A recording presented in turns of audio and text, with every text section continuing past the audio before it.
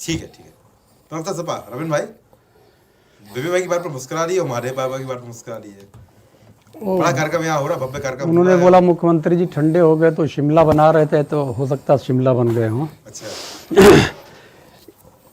जो गौरवशाली क्षण अयोध्या जी में आने वाला है जी, उसके लिए माननीय उच्चतम न्यायालय को बहुत बहुत धन्यवाद। अच्छा। इतने बड़े विवाद में उन्होंने बहुत ही सामंजस्यपूर्ण हल कर दिया। अच्छा।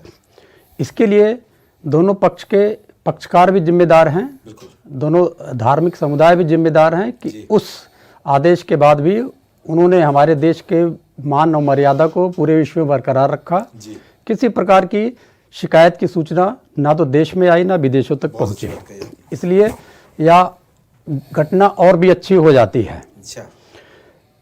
इसके साथ ही उन अधिवक्ताओं का, अच्छा, उन पक्षकारों का भी बहुत धन्यवाद जिन्होंने सैकड़ों साल तक इस लड़ाई को लड़ा है। ठीक। अब आते हैं इस पूरे धार्मिक आयोजन को। अच्छा। माननीय सुप्रीम कोर्ट के आदेशानुसार एक तीर्थ स्थल नाम का ट्रस्ट बनाया गया था, जिसको श्री राम जन्म तीर्थ क्षेत्र ट्रस्ट कहा जाता है। उसने करना था, जिसका रिसीवर सरकार बनाया गया था। लेकिन इस पूरे कार्यक्रम को बीजेपी कर रही है, तो एक बार फिर से सुप्रीम कोर्ट के आदेशों का उल्लंघन है। अच्छा। अब मैं पूछना चाहता हूं, आज जो कुछ भी हुआ है, उद्घाटन हुआ है रेलवे स्टेशन का, हवाई अड्डे का। हवाई अड्डे में जो उद्घाटन किया उसमें एक मुझे शिकायत है। अच्छा। पहले इसका नाम रखा गया था प्रभु श्री राम के नाम से, बाद में महर्षि वाल्मीकि जी के नाम से कर दिया गया। तो नाम बदलने की इनकी परंपरा बदल नहीं रही है। अगर महर्षि वाल्मीकि जी को लाना था तो आज जो कुछ भी हम जान पा रहे हैं प्रभु श्री राम जी के बारे में, वो केवल महर्षि वाल्मीकि जी के द्वारा जान पा रहे हैं। तो उनकी एक भव्य मूर्ति मंदिर प्रांगण में लगानी चाहिए थी, और मंदिर प्रांगण का जो सिंह द्वार है वो महर्षि वाल्मीकि नाम से होना चाहिए था।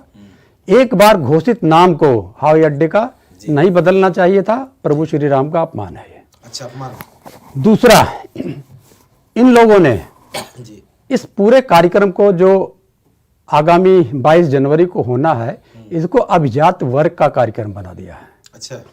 जबकि प्रभु श्री राम के साथ चलने वाला एक भी व्यक्ति अभिजात वर्ग का नहीं था। भालर, बानू, रीछ, गिद्ध सब लोग थे। तो इस कार्यक्रम को अभिजात वर्ग का नहीं बनाना चाहिए था। बताया गया है केवल 4000 से 5000 लोगों को निमंत्रण भेजा जाएगा, केवल वही जाएंगे। तीर्थ क्षेत्र ट्रस्ट के महासचिव श्री चंपत राय जी ने कह दिया है कि इसके सिवा कोई भी ना आए। वो भी ना आए जो इस कार्यक्रम के अगुआ थे, आदरणीय लाल कृष्ण आडवाणी जी भी। अच्छा। उत्तर प्रदेश सरकार ने कह दिया है कि जो बिना आमंत्रण के आएगा उसके खिलाफ कड़ी कार्रवाई की जाएगी। अच्छा। कैसे उत्साह मनाएगी? वही स्थान है जहां पंचकोसी परिक्रमा होती है, 15 कोसी परिक्रमा होती है। कैसे हिंदू अपना उत्साह प्रकट करेगा? क्या आभासी रूप से प्रकट करेगा? एक क्षेत्र बना देना चाहिए था कि वहां पर जिनको आना आए, और आते हैं हमारे धर्म में 20-20 करोड़ लोग आते हैं। अच्छा। और आते हैं और चले जाते हैं। किसी प्रकार की सुरक्षा व्यवस्था की संकट नहीं आता है, चाहे प्रयागराज जी में हो, चाहे उज्जैन में हो, चाहे हरिद्वार जी में हो। अच्छा। कहीं भी इस प्रकार का संकट नहीं आता है। और वहाँ भी वीवीआईपी आते हैं, विदेश से आते हैं। बिल्कुल। और बड़े बड़े नेता जाते हैं, बड़े बड़े ऋषि महर्षि जाते हैं वहाँ पे। तो किसी भी परिस्थितियों में इसको अभिजात वर्ग का कार्यक्रम नहीं बनाना चाहिए था। तीसरा मेरा जो ऑब्जेक्शन है, यह हिंदू धर्म का हम लोग के जीवन काल का सर्वश्रेष्ठ कार्यक्रम है। शायद अब हम लोग के जीवन काल में इससे बड़ा कोई कार्यक्रम ना हो। बिल्कुल। इस कार्यक्रम का यजमान हमारे ऋषियों और महर्षियों को बनाना चाहिए था, खास करके जो हमारे चारों पीठ के शंकराचार्य महोदय लोग हैं।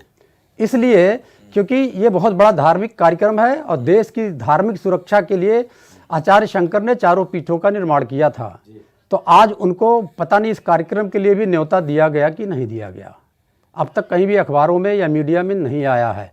तो मेरा ये मानना था कि किसी भी परिस्थितियों में उन लोगों को बुला के और इसका उद्घाटन करना चाहिए था। 3 स्थान जी। जिसपे सुप्रीम कोर्ट ने चिन्हित किया था और यह फैसला दिया था। ठीक। माता सीता, एक मिनट, माता सीता की रसोई, श्री राम लला का चबूतरा जी। और भंडारा वो कहाँ है? जी ये भारतीय जनता पार्टी को पूछ बता लेता हूँ, देना ठीक है, चाहिए। जी रतिका जी। धन्यवाद।